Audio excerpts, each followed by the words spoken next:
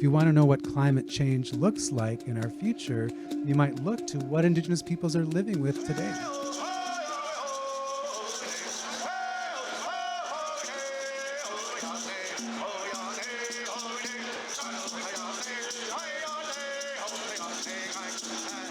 So Indigenous peoples look at climate justice through the eyes of experience. They've seen a lot of changes over their lifetimes, over the lifetime of their connections with Europeans in these territories. Of course, they have experiences of glaciation, and the geology that surrounds us tells us that the Earth is really dynamic. So we bring forward those experiences and talk about how we deal with the climate changes that are part of life. Here we are with Great Lakes to this direction and the old shoreline here on Davenport Road. 12,000 years ago, if we would have looked up a kilometer, there would be an ice sheet a kilometer over our heads. As that ice melted, of course, it changed the landscape here.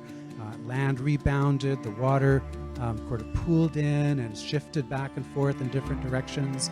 And our first laws, our first traditions as Indigenous peoples, as Anishinaabe people, come from what do we do in the face of that tremendously changed climate. We're often used to thinking about law through parliaments and legislatures, with courts, lawyers, and judges having that role, and of course enforcement. That of course is a part of how we conceive of and practice law, but it's not the only way that we practice law.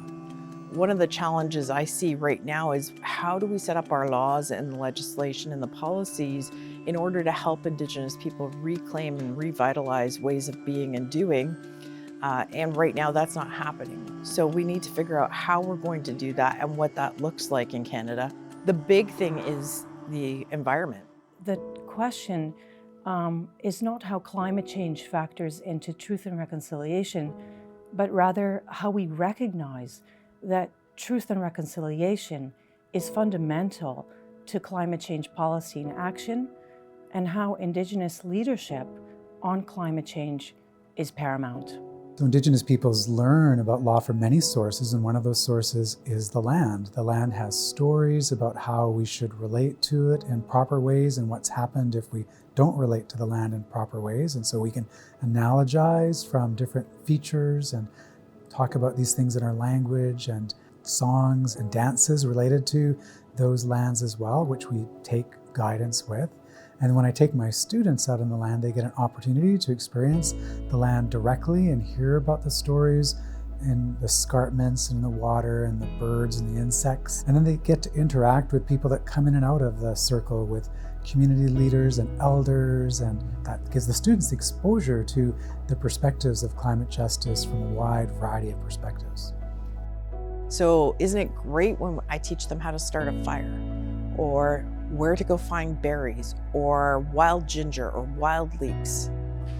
How to go find wood where you're not cutting down a tree to get that wood. That's part of land-based learning.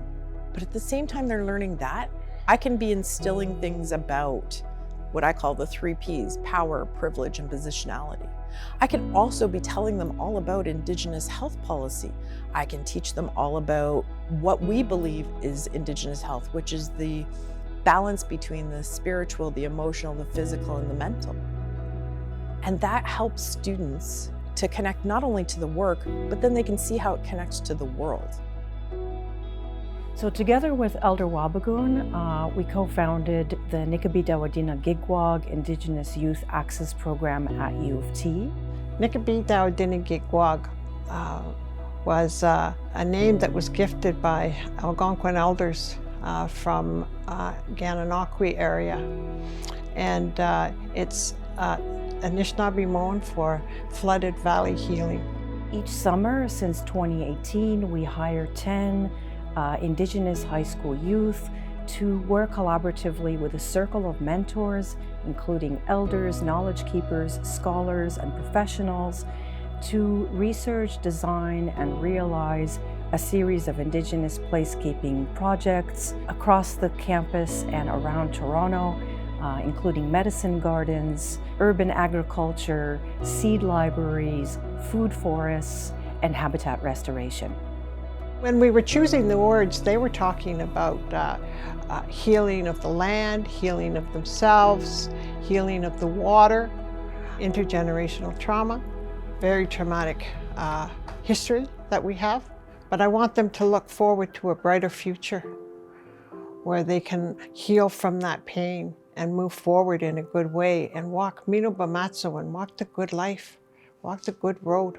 The program provides employment, mentorship, and pathway to post-secondary education in fields that are related to design and the environment.